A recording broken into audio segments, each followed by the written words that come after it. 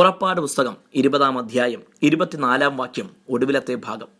ഞാൻ എൻ്റെ നാമത്തിൻ്റെ സ്മരണ സ്ഥാപിക്കുന്ന ഏതു സ്ഥലത്തും ഞാൻ നിന്റെ അടുക്കൽ വന്ന് നിന്നെ അനുഗ്രഹിക്കും. പഴയ നിയമകാലത്ത് ദൈവം തെരഞ്ഞെടുക്കുന്ന സ്ഥലങ്ങളിലായിരുന്നു ദൈവത്തെ ആരാധിക്കേണ്ടിയിരുന്നത്. സ്ഥലത്തിന് എന്തെങ്കിലും പ്രാധാന്യമുള്ളത് കൊണ്ടല്ല, പ്രത്യുത ദൈവത്തിൻ്റെ പ്രമാണങ്ങൾക്കനുസരിച്ച് ലേവ്യ പുരോഹിതന്മാരുടെ നേതൃത്വത്തിൽ ദൈവത്തെ ആരാധിക്കാനുള്ള ക്രമമായിരുന്നു അത്. പുതിയ നിയമത്തിലാകട്ടെ കർത്താവ് നൽകിയിരിക്കുന്ന വാഗ്ദത്തം 2-3 പേർ തൻ്റെ നാമത്തിൽ കൂടുന്നിടത്തൊക്കെയും അവിടുന്നുണ്ട് എന്നാണ്. ആകയാൽ ലോകത്തിന്റെ ഏതു ഭാഗത്തും ഒരു ദൈവപൈതലിന് ദൈവത്തിന്റെ വാഗ്ദത്ത പ്രകാരമുള്ള പ്രത്യേക സാന്നിധ്യം അനുഭവിക്കാനാകും. കർത്താവിൻ്റെ നാമത്തിൻ്റെ സ്മരണ സ്ഥാപിക്കുന്ന ഏതു സ്ഥലത്തും ദൈവം ഇറങ്ങി വരുന്നു.